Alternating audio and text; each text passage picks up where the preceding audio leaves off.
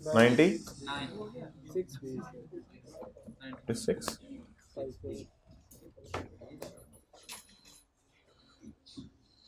चलें जी निकाल लें।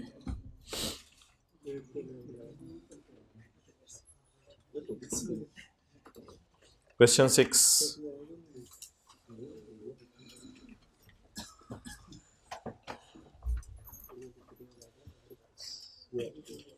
Page number 493।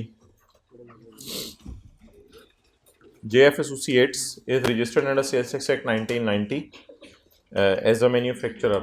Following information is available by JF for the month of August 2020. इसमें include का लफ्ज़ ढूंढ लें। एक इंक्लूड का लफ्ज़ ये आ रहा है, एक ये आ रहा है। अच्छा, सबसे पहले जी हमें मसला नज़र आ रहा है इस सेल में, और फिर हमें मसला नज़र आ रहा है इस सेल में। ये दो सेल्स ऐसी हैं हमारी जिसमें हमें मसला नज़र आ रहा है। Done, okay. इन दोनों को हाईलाइट कर लें, बस इन सेल्स में मसला है। इनको अंदर वाले कॉलम में लिख के बारों बार गाड़ी चलाएं। चलें जी, और तेरी है बाकी वर्किंग्स भी मिटा दी। चलें, खैर है। Working 1, working 2। वर्किंग 2 क्या है? अपोर्शनमेंट। वर्किंग 1 इनपुट, और working 3 taxable cell.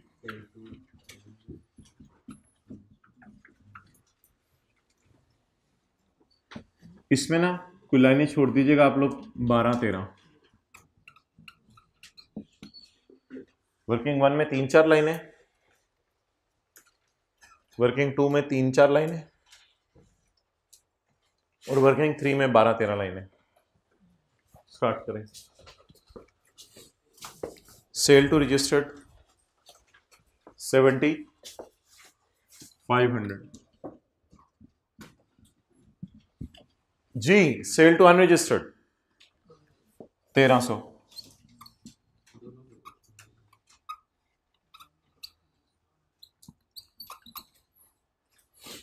Exempt sale to registered, exempt sale जिस मर्जी को, रजिस्टर्ड को अनरजिस्टर्ड को, उससे कोई फर्क नहीं पड़ता। टैक्सेबल 0 जी। Exempt sale 1000। Export to Saudi Arabia 500। जल्दी नोट करो। मरहबा, मैरिज वाला। परचेज रजिस्टर्ड बंदे से, परचेज पे 7 वाले से ना 7-7-17 लगवाएं। 7400 इंटू 17%, 1258।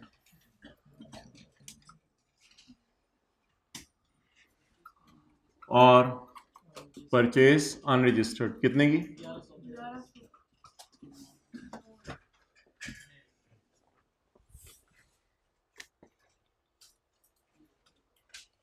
चलें जी, पहली एडजस्टमेंट करें।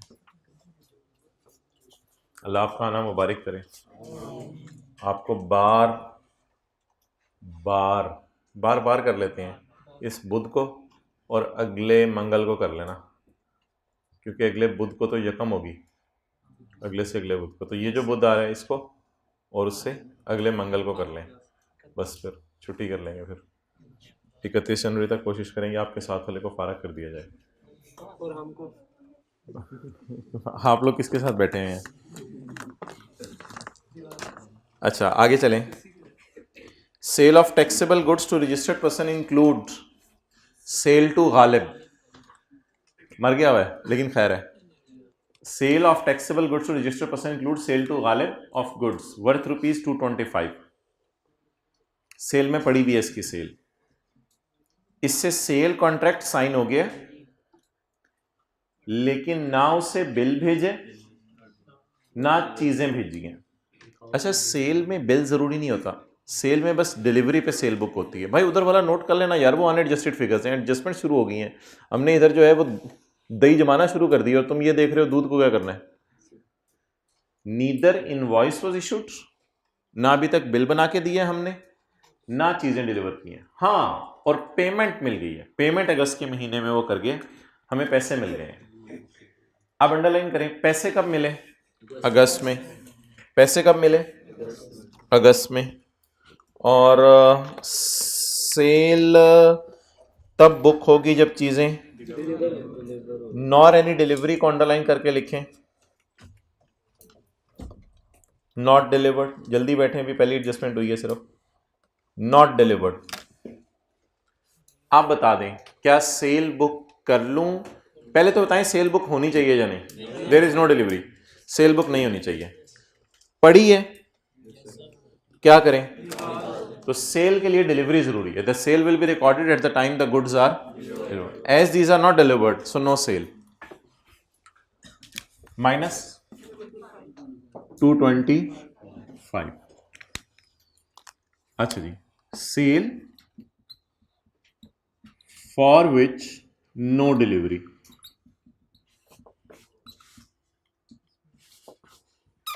डैश। ऐसी सेल जिसकी डिलीवरी नहीं हुई। चलें जी, दूसरी एडजस्टमेंट। कैमरा उधर ही रखो, पढ़े जी आगे। Sale of taxable goods. जी नहीं, साइन का मतलब ये तो नहीं होता कि चीज तैयार है जब मर्जी ले जाओ। वो तो सवाल बताएगा कि it is ready to be picked up और एनीथिंग, इस टाइप की कोई चीज बताएगा सवाल। तो सवाल ने नहीं बताई। साइन का मतलब ये तो नहीं होता मैंने तुमसे साइन कर लिया कि मैं तुम्हारी शादी में तुम्हें फर्नीचर बना के दूंगा, तो बेचूंगा, मैं मुफ्त में नहीं दे रहा, मैं बेचूंगा, तो साइन हो गया। तो इसका क्या मतलब है? अब तैयार है जब मर्जी ले जाओ। नहीं, पहले करो तो सही। Point 2, supply of taxable goods to unregistered person. 10 साल ज्यादा कर लिया, अभी क्या एज है? 22, बस 2-3 साल इसके यार जान दे यार, बस मैक्सिमम 24-25। सप्लाई बस सप्लाई ऑफ सीए कराने दे। सप्लाई ऑफ टैक्सेबल गुड्स, ये आपके घर वालों का मामला है। Supply of taxable goods to unregistered person include sale of 40,000 to end consumer. तो 40,000 की आपने सेल की है एंड कंज्यूमर को। अच्छा, तो एंड सही नहीं है, बिल्कुल सही नहीं है, मुझे पता था, तुमसे यही उम्मीद थी मुझे। बिल्कुल सही नहीं है। हमने चैप्टर नंबर 20 के अंदर पढ़ा था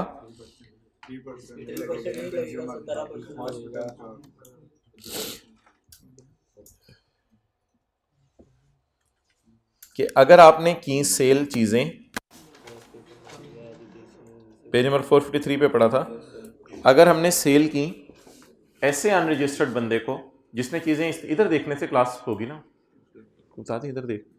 अगर हमने सेल की ऐसे अनरजिस्टर्ड बंदे को जो कि एंड कंज्यूमर है, जिसने चीजें इस्तेमाल करके फेंक देनी है, तो इसका अपने आप को अनरजिस्टर्ड रखना कोई बुरी बात नहीं है।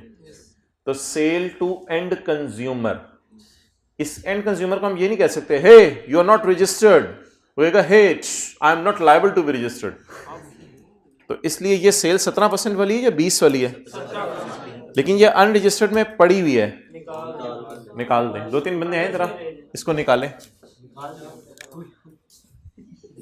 माइनस कितनी? 40।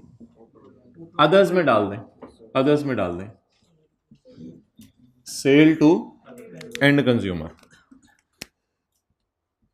भाईजान खंगने की इजाजत नहीं है। सेल टू एंड कंज्यूमर 40, वरना टिकू लग जाएगा इस पे, 3% लग जाएगा, तो इसको 3% नहीं लगाना इस पे। Okay शुहाब, next. कैमरा उधर रखो, वापस ले आओ। खुद बनाई हुई चीजें, खुद बनाई हुई चीजें खुद ही यूज़ कर ली, लुट में चीज़ है यार, हाथ धोगी। मैं माना के लिए खाना बनाया था, खुद ही खा लिया। ओहो अम्मी वो तो लेट हो गए। मैं मान यार तुम बहुत लेट आते हो। खुद बनाई हुई चीज़ें खुद ही इस्तेमाल कर ली फॉर इंटरनल टेस्टिंग पर्पस, यानी हमें ऑर्गेनाइजेशन में चीज़ों की ज़रूरत थी, हमने कोई टेस्ट वगैरह करने होते थे तो चीज़ों के, तो वो रिसर्च एंड डेवलपमेंट डिपार्टमेंट है हमारा कोई, हमने उसी के अंदर यूज़ कर ली। अगर ये खुद बनाई हुई चीज़ें खुद इस्तेमाल ना करते, खुद बनाई हुई चीज़ें खुद इस्तेमाल ना करते तो बेचते। इसलिए मोबाइल छोड़ के बात सुने, अगर खुद बनाई हुई चीज़ें, बोले नहीं अगला बोले ना, खुद बनाई हुई चीज़ें अगर खुद इस्तेमाल ना करते तो बेचते। तो लिखें supply includes putting goods to business use. ये सप्लाई की डेफिनेशन में गिरेगा। Supply includes putting goods to business use, personal use नहीं है, घर नहीं लेके गया। Supply includes putting goods to business use और नॉन बिजनेस यूज और प्राइवेट यूज। तो supply includes putting goods to business use, अपने बिजनेस में यूज कर लिए। अगर अपने बिजनेस में यूज ना करते तो, इसलिए ये सेल की डेफिनेशन में गिरेगी। डालें जी इसको सेल की डेफिनेशन।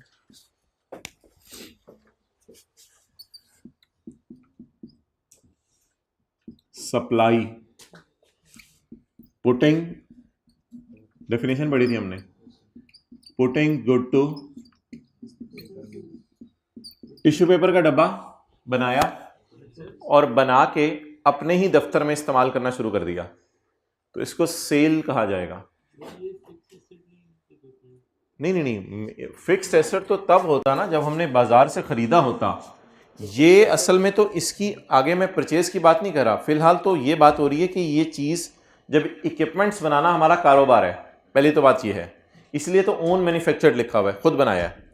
इक्विपमेंट्स बनाना हमारा क्या है, कारोबार है। ओन मैन्युफैक्चर्ड का मतलब बताएं, खुद बनाया है, इसका मतलब है इक्विपमेंट्स बनाना हमारा कारोबार है। तो ये स्टॉक है मेरे लिए, ये स्टॉक है मेरे लिए। जैसे टिश्यू पेपर का डब्बा हो तो ओन मैन्युफैक्चर का मतलब है स्टॉक है। स्टॉक वाली चीज को बाजार में बेचने की बजाय हमने अपने आप को बेच दिया, तो जब अपने आप को बेच दिया तो it will fall under the definition of sale. जिस तरह हमने पढ़ा था टिश्यू पेपर का डब्बा आपने खुद बनाया और खुद ही दफ्तर में इस्तेमाल शुरू कर दिया। Own manufactured tissue paper is used for internal पसीना साफ करना, अंदर का, सॉरी अच्छा, तो ये सेल की डेफिनेशन में फॉल कर जाएगा। बस कितना था, फिगर ही बुला दी, 375, उधर रखें।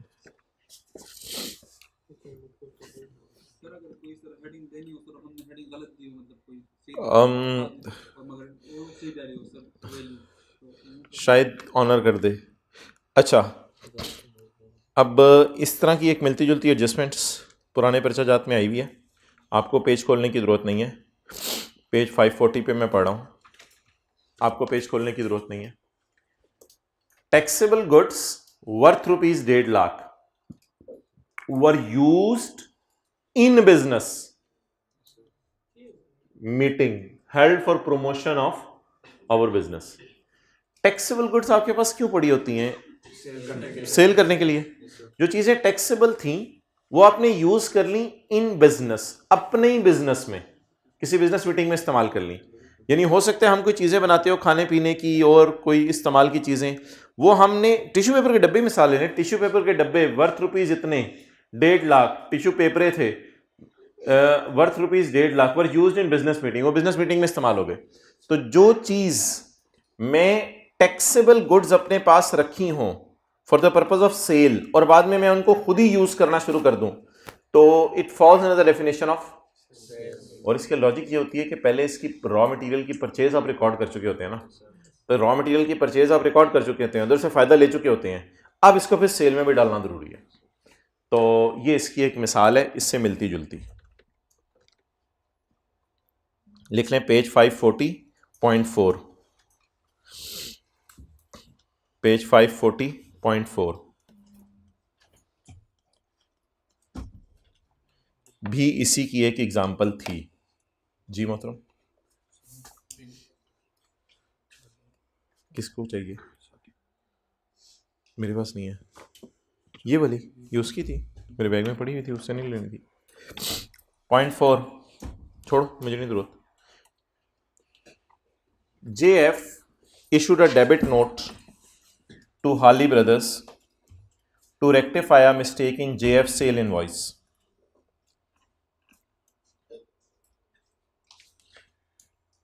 इतना फिक्रा पढ़ के बताएं जो मैं आपके सामने शो किया है कि मैं सेलर हूं या बायर हूं। जे इशूड से पता नहीं चलता, आगे बढ़ें। JF issued a debit note, issued से बिल्कुल पता नहीं चलता मैं सेलर हूं या बायर हूं। Please, JF issued a debit note to rectify a गलती इन इट्स सेल इनवॉइस। तो JF ने सेल इनवॉइस बनाई है ना, तो फिर JF कौन है? सेलर। तो पहले तो ये लिख लें हम कौन है? पाकिस्तान, सॉरी सेलर, हम है सेलर। अगली बात, मैं जरा जाके देख लूं कि सेलर कौन कौन से डेबिट नोट करता है। मैं जरा देख लूं सेलर कौन कौन से डेबिट नोट इशू करता है। सेलर कौन कौन से डेबिट नोट इशू करता है? बायर को मिटा देते हैं। सेलर सिर्फ, ये क्रेडिट नोट है, ये क्रेडिट नोट है। सेलर सिर्फ एक डेबिट नोट इशू करता है जब सेलर सेल बढ़ाना चाहे, सिर्फ तब। तो ये सिनेरियो 3 है। वाज़े नहीं बताया था उसने, लेकिन मुझे डब्बा देख के पता चल गया। तो ये सिनेरियो 3 है।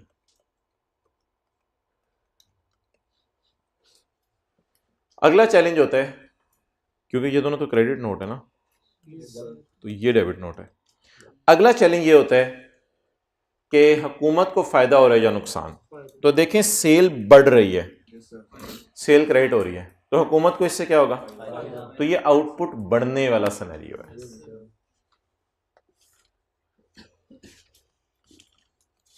आउटपुट बढ़ेगा, हुकूमत को फायदा होगा। ये सारी बातें अब आप लिख लें। एक ये सेलर है, दूसरी बात लिख लें सिनेरियो 3 है, और तीसरी बात लिख लें आउटपुट बढ़ेगा। चौथी बात जो मैं लिखवा नहीं रहा, आउटपुट बढ़ने से गवर्नमेंट को फायदा होगा। और हर वो एडजस्टमेंट, उस रो में अगर बैठ के लिखा नहीं जा रहा तो फर्स्ट रो में आ सकते हैं, इधर भी फर्स्ट रो में जगह है। अच्छा, आउटपुट अगर बढ़ेगा तो गवर्नमेंट को क्या होगा? हर वो एडजस्टमेंट जिसमें आउटपुट बढ़े, वो एडजस्टमेंट आप 180 दिन में करें या बाद में भी कर सकते हैं। JF issued a debit note of 35,000 to rectify a mistake in sale invoice. The invoice was originally raised in January. Invoice originally कब रेज हुई थी? जनवरी में। अच्छा, हमारा महीना अगस्त का है।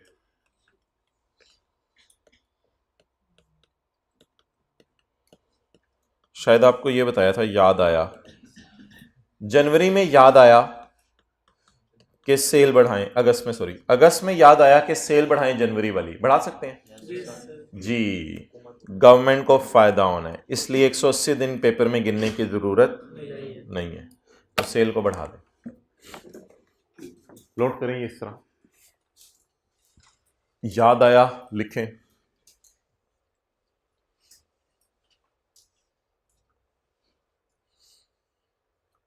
जनवरी की भूली हुई सेल अगर आपने अगस्त में बढ़ानी है, इसलिए बढ़ा सकते हैं कि इससे गवर्नमेंट को फायदा होगा। सर, हम जनवरी के रिटर्न रिवाइज नहीं करेंगे? हाँ, अगर ऐसा लाइन लिखते कि कमिश्नर से इजाज़त ले ली और उसने इजाज़त दे दी है, वो फिर कर सकते हो, आप लिख सकते हो ऐसा अगर लिखते वो,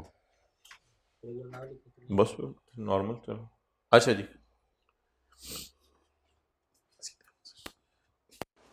अच्छा चलें जी, सेल प्राइस बढ़ाएं। Increase in sale due to debit note, बोलें 35।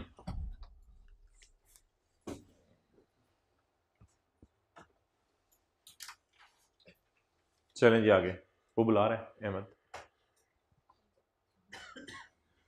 दरवाजा लॉक कर दो। आगे चलें। जैसे यहाँ पे नहीं लिखा तो मैं इसको जनवरी की रिटर्न में डाल जो नहीं, never never never never never never never. 0.5 goods pledged goods pledged with a bank were sold by bank. असल में हमने सिक्योरिटी के तौर पे चीज़ें रखवाई हुई थी, बैंक ने हमारी चीज़ें बेच दी, नीलामी ऑफ 8 लाख। मैंने कहा था इस सेल को आपने फेयर वैल्यू पे रिकॉर्ड करना है, और ये होमवर्क में भी एडजस्टमेंट दी थी। तो इसलिए अगर बैंक ना बेचता तो हमने भी तो बेचनी थी, तो बैंक ने हमारी जगह बेच दी। तो sale by bank on our behalf, amount बताएं। 1000 फेयर वैल्यू पे बुक करें।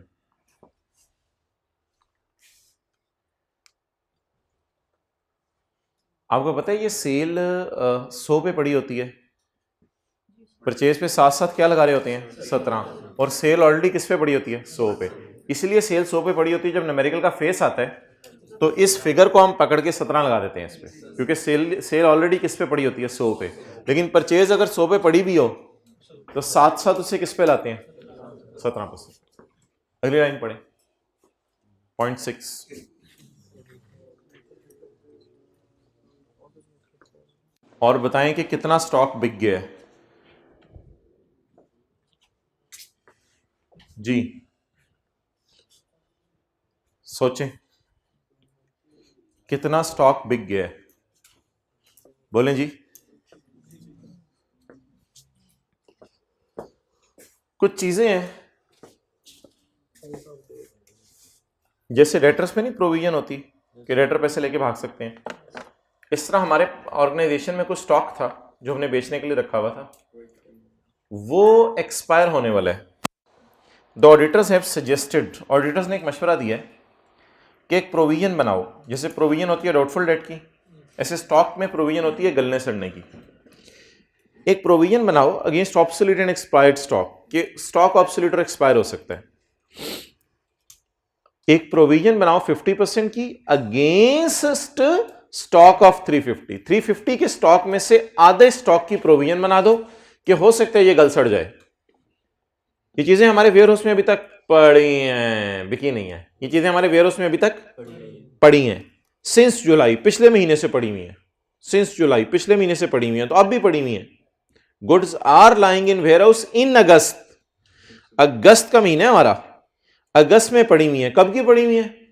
जुलाई की पड़ी हुई है। ठीक है, कोई मसला नहीं। तो अब सवाल यह है कि इनपुट इनका रिकॉर्ड हो गया था जुलाई में, वो तो कोई मसला नहीं, पिछले महीने इसका इनपुट रिकॉर्ड हो गया था। अब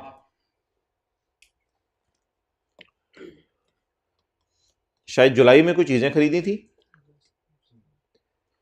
जुलाई में हमने चीजें बाय की थी, अगस्त के एंड पर ये पड़ी हैं, तो मोहतरम इसकी सेल्स टैक्स ट्रीटमेंट कोई नहीं होगी, इसको इग्नोर करेंगे। हाँ, बिल फर्ज सितंबर में अगर बिक जाएं, और गली सड़ी चीज से सस्ती बिके तो तब सेल को कम अमाउंट से बुक कर लीजिएगा, बस। और क्या कर सकते हैं हम, इससे ज़्यादा तो नहीं कर सकते कुछ। तो वेट करें इसके सेल का, जब कभी सेल होगी तो इस तरह कर लें। लेकिन गली सड़ी हुई चीज़ों के ऊपर कुछ करना, उसमें तो हमारे लॉ ने कुछ नहीं बताया था। तो और ये तो अजीब सी बोंगी होगी कि पड़ी हुई चीज़ को सेल में डाल दें। वो एक रेयर सर्कमस्टांस था पड़ी हुई चीज़ को सेल में डालना। वो ये था कि मैं अगस्त के अंदर रजिस्टर्ड हूँ और मैंने परचेज रिकॉर्ड कर ली हुई है, और सितंबर में मैंने अनरजिस्टर्ड हो गया हूँ क्योंकि मेरा बिजनेस बड़ा डाउन हो गया, मैं अनरजिस्टर्ड हो गया, I am not liable to be registered. तो फिर मैंने कहा था आपको, possession of goods held immediately before deregistration falls in the definition of supply. लेकिन ये बात इतनी पुरानी है कि पहले ये तीसरी क्लास में पढ़ ली थी, शायद भूली हो। तो पड़ी हुई चीज़ को सेल में कभी भी नहीं डाला जाता। वो एक अजीब सा सर्कमस्टांस था, मैंने आपके सामने डिस्कस किया, माजरत वो मैं वापस ले रहा हूँ। ये चीज़ें कब की हमारे पास हैं? जुलाई से हमारे पास पड़ी हुई हैं और अभी तक भी पड़ी हुई हैं। अगर बिकेंगी तो इनको किस में डाल देंगे? सितंबर में सेल में। और अगर अक्टूबर में बिकी, अक्टूबर में सेल में डाल दीजिएगा। फिलहाल ये चीजें बिकी तो इनको इग्नोर कर दें। लिखें, ये चीजें अभी तक सेल नहीं हुई इसलिए इसको इग्नोर करेंगे। ये चीजें अभी तक सेल नहीं हुई इसलिए इसको इग्नोर करेंगे।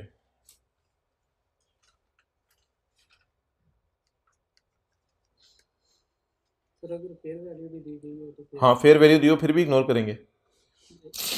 अगर जब सेल करेंगे ये नहीं, फिर आप अगर गली सड़ी चीज़ें दुकानदार को नुकसान दे दो जितने की फिर बिकी हैं उसी पे सेल बुक कर लो। एक सवाल है, अक्टूबर में फॉर एग्जांपल ये डिस्ट्रक्शन कर देता कमिश्नर के सामने, देखो वो सारे कंडीशंस पूरी अच्छा कर देता, ठीक है तो ठीक है, जिस इसको टाइम मैं वो डिस्कस कर लेता हूँ, नोट कर लो। असल में इनको 4 बजे तक फ्री करना है, फिर मैं डिस्कस कर लेता हूँ। 1 मिनट में आपको दे रहा हूँ, नोट करो जो आपका सवाल है, फिर एंड पे पूछना। तो बता देंगे इसको सेल में क्यों नहीं डालना? क्योंकि अभी नहीं नहीं, मैं आपका सवाल नोट करने का आपको टाइम दिया, ये सर वही वो मैं कर लो। हाँ हाँ, अल्लाह का शुक्र है, इसको परचेज में डाल चुके हैं जुलाई में, इसमें कोई मसला नहीं। जब कभी ये बिकेंगे इंशाल्लाह इसको सेल में भी डाल देंगे। उल्टा क्यों करना है? ये बेचेंगे हम इंशाल्लाह, बिल्कुल बेचेंगे। मेरी तो कोशिश होगी एक्सपायरी से पहले ही बेच दें। अभी तो वो अंदाज़ा लगा रहे हैं एक्सपायर होने वाली हैं, हम तो एक्सपायरी से पहले ही अच्छी एडवर्टीजमेंट करके बेच देंगे। वेट कर लो, इसको बेच देंगे। सर फायदा तो हमने ज़्यादा ले लिया होगा। कोई मसला नहीं, वो तो कोई मसला नहीं। चीज़ आपकी अगर आपकी सस्ती बिकी है तो लॉ मेकर को इस पर एतराज़ नहीं होगा, उसमें क्या मसला है? हो ही सकता है चीज़, कोई मसला नहीं, चीज़ हमारी ज़्यादा सस्ती बिक ही सकती है। अगर हमारे हमें नुकसान हो रहा है तो गवर्नमेंट भी शेयर करे फिर। ओके, तो चीज़ फ्यूचर में सस्ती बिके तो आपकी किस्मत है, बस आप सेल पे 17 लगा दीजिएगा। ओके, VII पहले इसको कर लें। Provision for stock not sold yet, इसलिए इसको सेल में ना डालें।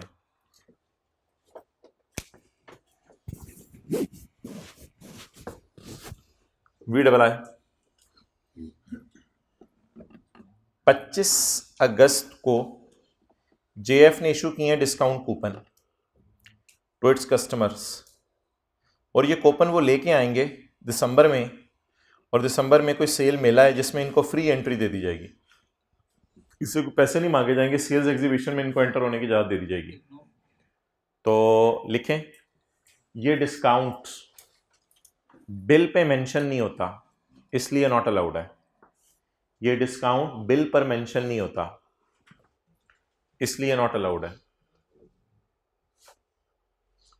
ये डिस्काउंट बिल पर मेंशन नहीं होता इसलिए नॉट अलाउड है। अच्छा, अब जरा तसल्ली से सुने डिस्काउंट माइनस करने की शराइत। एक होता है ट्रेड डिस्काउंट, एक होता है कैश डिस्काउंट। कैश डिस्काउंट तो मैंने आपको बता दिया था, सिरे से माइनस हो ही नहीं सकता, एक दिन थ्योरी के सवाल कराते हुए समझाया था। ट्रेड डिस्काउंट माइनस करने की 2 शराइतें, बल्कि 3 शराइत थी। एक था बिजनेस नॉर्म्स के मुताबिक हो, एक था बिल के ऊपर डिस्काउंटेड प्राइस लिखी हो और डिस्काउंट भी लिखा हो। ये 3 शराइत थी डिस्काउंट माइनस करने की। ये जो डिस्काउंट कूपन होता है, इसमें यह होता है कि जिस वक्त आप दुकान से सामान लेके निकल रहे होते हैं, तो निकलते ही या निकलने से पहले दरवाजे पे ऑर्गेनाइजेशन का एक बंदा पूछते है, भाई आप अपना बिल दिखाएं। जब अपना बिल दिखाते हैं तो वो कहते हैं कि यार आपने तो माशाल्लाह 1 लाख रुपए की चीज़ें हमसे खरीद ली, मिसाल दे रहा हूँ, आपने 1 लाख की चीज़ें खरीद ली, आप तो बड़े हमारे अच्छे और लॉयल कस्टमर हैं। तो आपने 1 लाख की चीज़ें खरीद ली, तो मैं आपको ना एक ब्रीफ केस से कूपन निकाल के देने लगा हूँ, तो हमारा सेल्स मेल है, मैं उस पर आपको इन्वाइट करता हूँ, लोगों को पैसे देने पड़ेंगे, आप मुफ्त में आ जाइएगा। तो इस तरह के कूपन शायद 1000 रुपए के हमने रखे हैं, उन पे प्राइस 1000 लिख के लोगों में बांटे हैं, और 150, मिसाल दे रहा हूँ, ऐसी 150 लोगों को हमने जो है वो कूपन बांट दिए 1000 रुपए वाले। 1.5 लाख रुपए के कूपन हमने इशू कर दिए। क्या ये कूपन अलग से दिया जाएगा या ये बिल में से माइनस करके प्राइस ली जाएगी? इस वजह से इसको डिस्काउंट को माइनस करने की इजाजत नहीं है। ऐसे कोई 4-5 साल पहले आईके अपने सवाल एडजस्टमेंट डाली थी, फिर डालना भूल गया हुआ है, फारक सी एडजस्टमेंट है, उसको इग्नोर कर दें। Less discount not mentioned on invoice, discount जो कि इनवॉइस पे मेंशन नहीं है, इसको इग्नोर कर दें।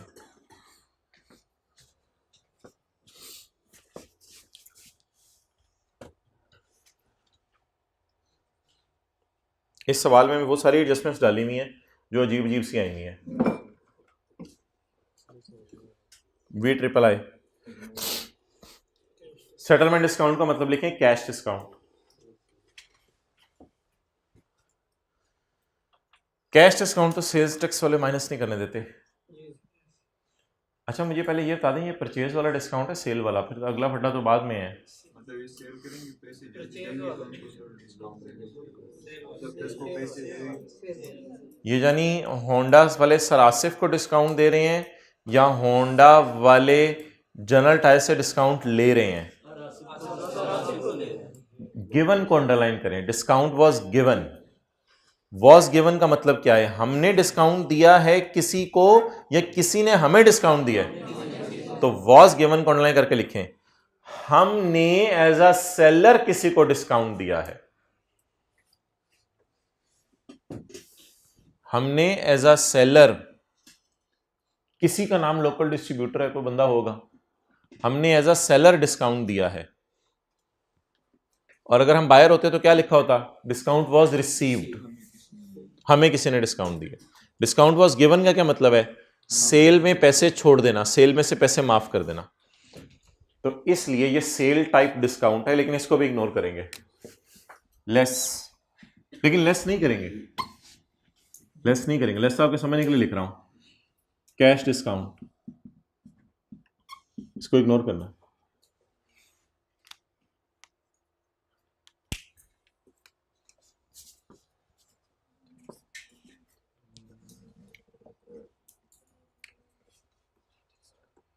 Next, free replacements. ये जो चारों एडजस्टमेंट्स थी ना, इकट्ठी डाल दी हुई है मैंने, ये कभी भी आ जाए पेपर में इनको इग्नोर करना होता है। अच्छा,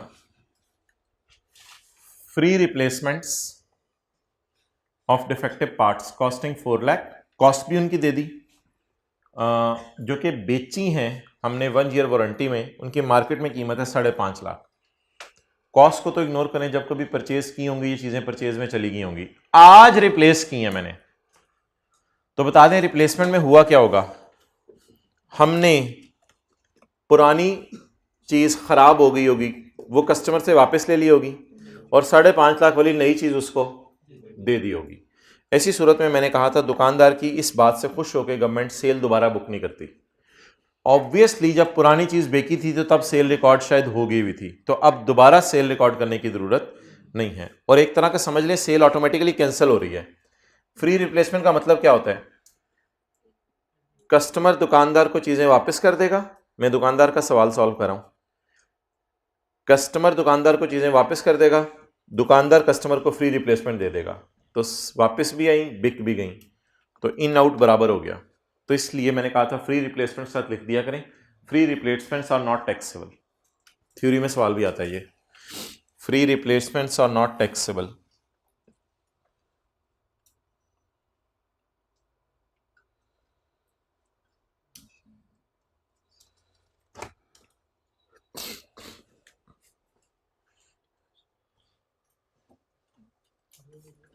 ओके,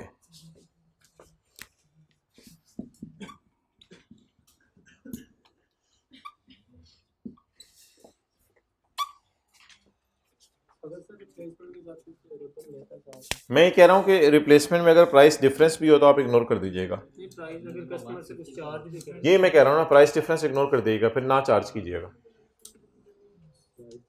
ओके, इससे महंगी चीजें दे रहा है, वो अगर चीज ही और दे रहा है फिर और बात है। चीज वही दे रहा है लेकिन महंगी चीज। हाँ चीज वही, फिर वो तो नहीं है ना, फिर कोई और चीज है। तो अगर आप 550 की चीज उससे लेके उसे कुछ 6 लाख की कोई डिफरेंट चीज दे रहे हैं, फिर वो अलग बात है, लेकिन आमतौर पे फ्री रिप्लेसमेंट सेम टाइप चीज की होती है। ओके, वैसे भी ये कॉन्सेप्ट उसने किताब में डाला नहीं हुआ, पता नहीं क्यों टेस्ट करा है। पॉइंट 10 क्लास में आपको करवा दिया था एक न्यूमेरिकल में डलवा के, तो इसको काट ही दें, छोड़े पड़े, क्लास में कर लिया हुआ ये मशीन नहीं, ये वाला करवाना है मुझे पता है, बहुत जल्दी है तुझे। मशीन ए यूज हुई थी for taxable local as well as exempt. For taxable local, taxable local ये होती हैं क्योंकि ये तो टैक्सेबल एक्सपोर्ट होती हैं, for taxable local as well as exempt. इस मशीन को इसमें डाल देना था, और ये वाली मशीन जो बी थी उसके साथ लिखा हुआ था it has been used for only manufacturing of export sale. ये किस सेल के लिए है सिर्फ? तो ये होमवर्क में सवाल दिया था आपको, दिया था मुझे याद है, देखे डिस्कस भी हुआ है। ऐसे ही पंगे लेते हैं यार। ये आप लोगों की क्लास में लाइन बनाई थी, Yes, sir. पेज 539, मशीन ए और बी सारी, ऐसे गप्पे ना ठोका करें, नहीं दिया था, पेज क्वेश्चन 25 था। ओके नहीं यार इतना अगले को एकदम ना डाउन कर दिया करें। पॉइंट 11, इन जून 2020, 2 महीने पहले तकरीबन, एक बच्चा बोला दूसरी क्लास में छठा महीना, छठे महीने को हमने सर में डालना है, बस 2 महीने पहले बोलो, बस छठा महीना, इससे क्या फर्क पड़ेगा, साल के छठे महीने से को हमने सर, तो 2 महीने पहले जेएफ ने गलती से चार्ज कर दिए सेल्स टैक्स 58 का इंस्टेड ऑफ 85।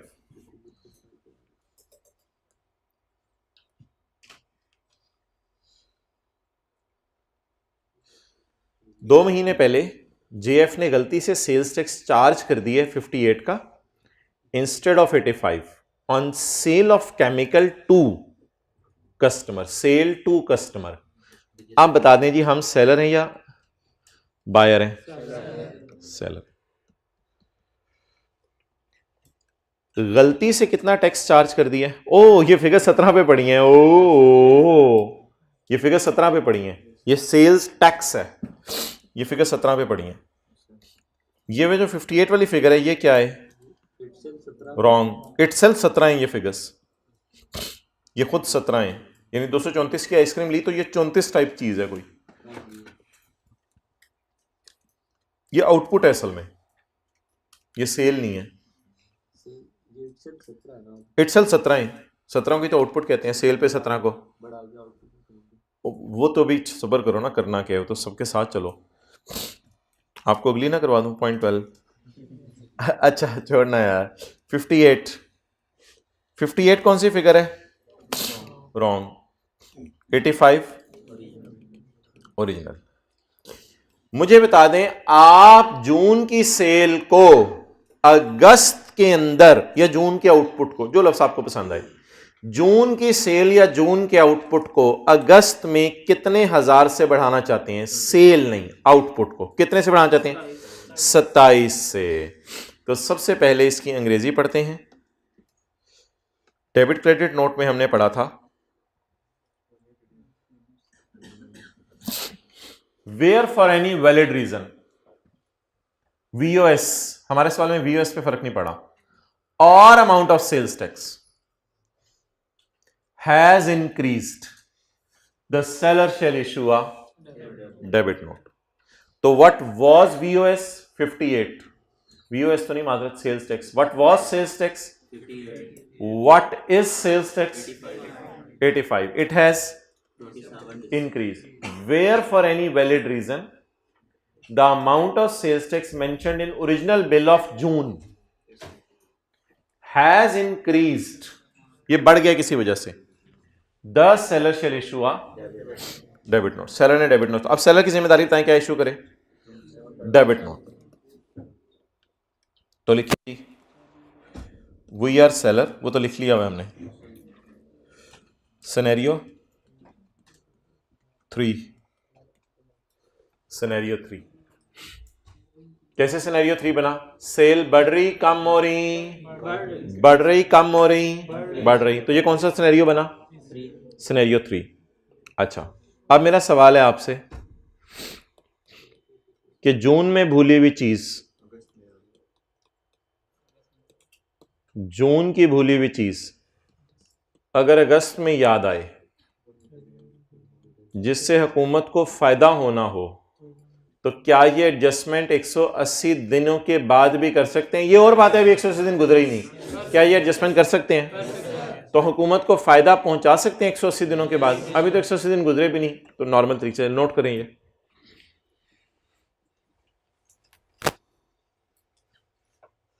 अच्छा ये एडजस्टमेंट इस तरह मजे की थी कि इसमें डेबिट क्रेडिट नोट का लफ्ज नहीं था, तो आप पेपर में पता कैसे चलेगा डेबिट क्रेडिट नोट लगाने?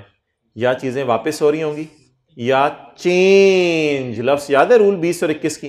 रूल 20 की हेडिंग क्या थी? रिटर्न, और रूल 21 की हेडिंग क्या थी? चेंज। याद आ रहा होगा, रूल 20 की हेडिंग थी रिटर्न, चीजें वापस हो रही हैं, और रूल 21 की हेडिंग क्या थी? चेंज।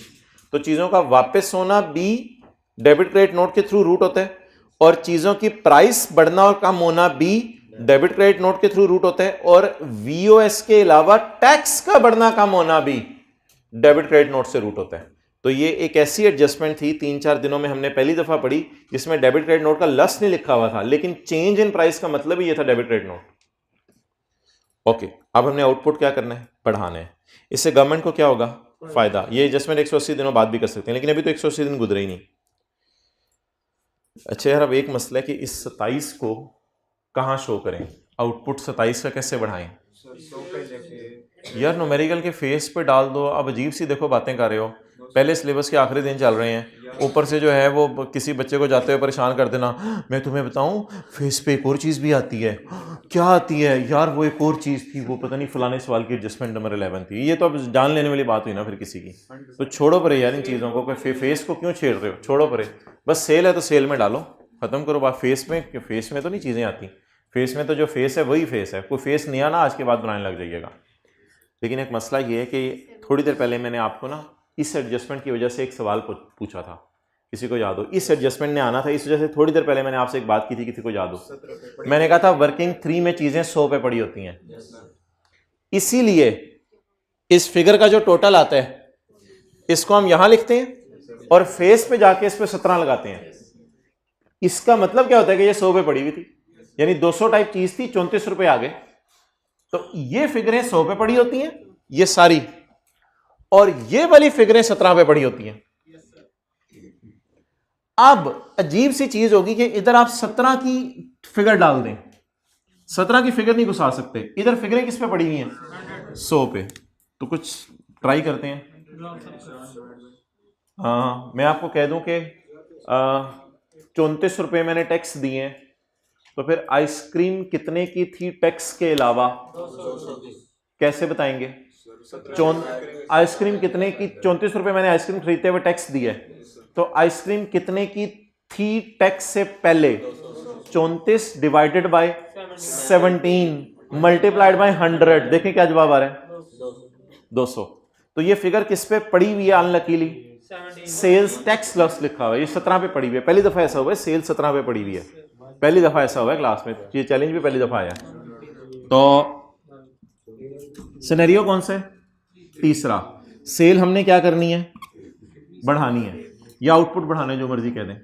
27 कितने पे पड़ा हुआ है? लेकिन मुझे क्या चाहिए?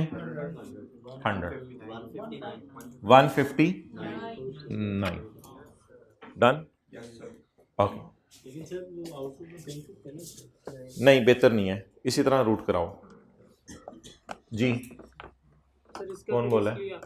इनपुट नहीं लिया जाएगा ना रिफंड, अगर डायरेक्ट फेज पे डाल देते हैं? बेहतर है इसी से रूट कराओ, बस उधर ही रखो जरा। अच्छा जी, एक अब सवाल है कि कई दफ़ा ना लॉ में एक मसले को हल करने के ना 2 तरीके होते हैं। तो सेल बढ़ाने के ना 2 तरीके हैं। आज आप आ ही गए हैं तो सुन लें। एक सेल बढ़ाने का तरीका है रूल 21 कि वीओएस या टैक्स बढ़ाना है तो सेलर डेबिट नोट इश्यू कर दे। एक और तरीका भी है, वो थोड़ा सा ज़रा लेंथी तरीका है, वो ना जनरली लोग अवॉइड करते हैं, उसमें बड़े स्यापे हैं। वो ये तरीका है जो हमने चैप्टर 20 में पढ़ा था। वो तरीका लोग प्रैक्टिकली अवॉइड करते हैं, लोग कहते हैं इतने लंबे चक्रों में क्यों पढ़ें। वो तरीका हमने पढ़ा था पेज 465 पर, revision of return. A registered person, इसमें कमिश्नर की इजाजत की जरूरत है, डेबिट क्रेडिट नोट में कमिश्नर की इजाजत की जरूरत नहीं है। A registered person may on इजाजत of commissioner file a revise return to correct any omission और रॉन्ग डिक्लेरेशन। कोई भी गलती आपने सही करनी है, आप रिटर्न रिवाइज कर लें। गलती बताएं क्या हुई है? जून में टैक्स कम रिकॉर्ड हुआ है, इज इट अ गलती? हाईलाइट कर लेना इनएडवर्टेंटली। इज इट अ गलती? जून की गलती अगस्त में पता चल गई। हमारे पास दो रास्ते होते हैं भाई, प्रैक्टिकली बात कर रहा हूं, हमारे पास दो रास्ते होते हैं। एक रास्ता है रूल 21 का 1 के डेबिट नोट इशू कर दें, एक रास्ता है सेक्शन 23 का 3 रिटर्न रिवाइज कर दें। ये हमारे पास दो रास्ते अवेलेबल होते हैं। अगर सवाल में एक लाइन आ जाए, हमने सोचा है रिटर्न रिवाइज कर देते हैं और कमिश्नर ने इजाजत भी दे दी है, अगर ये लिखा आ जाता खुदा ना खास्ता सवाल में इस फुल स्टॉप के आगे, तो फिर क्या करते? अगस्त का न्यूमेरिकल करें ना, फिर अगस्त के न्यूमेरिकल में इसको क्या करते? एक्सेलेंट, इग्नोर कर देते। वाई? हमने फिर पता है क्या सोचा कि सिस्टम में जाके जून वाली रिटर्न डिलीट करेंगे एफबीआर के सिस्टम से, वो ओरिजिनल रिटर्न होगी मेरी, और सिस्टम में जाके एक रिटर्न री अपलोड करेंगे। कई दफा री सबमिट की ऑप्शन होती है कुछ वेबसाइट्स के ऊपर, तो हम री अपलोड करेंगे जून वाली रिटर्न। तो क्या वो जून वाली में गलती सही कर देंगे या अगस्त में आके भी उसको कुछ कर रहे होंगे? अगस्त में आके अब उसको कुछ कर नहीं रहे होंगे। हमारे पास अब दो ऑप्शंस अवेलेबल हैं। अगस्त में खड़े होके जून की गलती पता चले, पुत्र इधर देखो, अगस्त में खड़े होके जून की गलती पता चले, ऑप्शन 1 कमिश्नर के पास जाएं, उसके पैर पकड़ें, उसे कहें मुझे रिटर्न रिवाइज करना है तो जून की। एक ये रास्ता अवेलेबल है, और अगर वो इजाजत दे दे तो आप जून की रिटर्न रिवाइज करें, लेकिन फिर मैं अगस्त का न्यूमेरिकल सॉल्व करूं, फिर इसमें कुछ ना कीजिएगा, फिर आप इस न्यूमेरिकल में रिलैक्स रहें जो अगस्त का आप सॉल्व कर रहे हैं। लेकिन अगर आप इन चक्रों में नहीं पढ़ना चाह रहे, तो फिर आपके पास एक नॉर्मल तरीका अवेलेबल है। वीओएस बढ़ाने को दिल चाहे पुराने महीने की, शौक से बढ़ाएं, पुराने महीने का आउटपुट बढ़ाने को दिल चाहे शौक से बढ़ाएं, रूल 21 का 1 लगा दें, डेबिट नोट वगैरह इशू कर दें। ये दो रास्ते अवेलेबल हैं। एक मिनट, हाँ अप्रूवल की जरूरत नहीं है, वो ठीक है, बात सही कर रहे हो। So for JF has not obtain permission from commissioner, अभी तक हमने कमिश्नर से परमिशन नहीं ली फॉर रिवीजन ऑफ रिटर्न की हमने परमिशन नहीं ली, और भाई कह रहे हैं असल में आउटपुट बढ़ाने में रिवीजन की जरूरत भी नहीं होती अगर 60 दिन में चले जाएं। अब 60 दिन गिनने का डाटा भी सवाल में अवेलेबल नहीं है, जून और अगस्त के दरमियान एग्जैक्ट डेट्स बताए ना, फिर ही 60 दिन गिन सकेंगे, तो इसलिए उन चक्रों में मैं पढ़ ही नहीं रहा।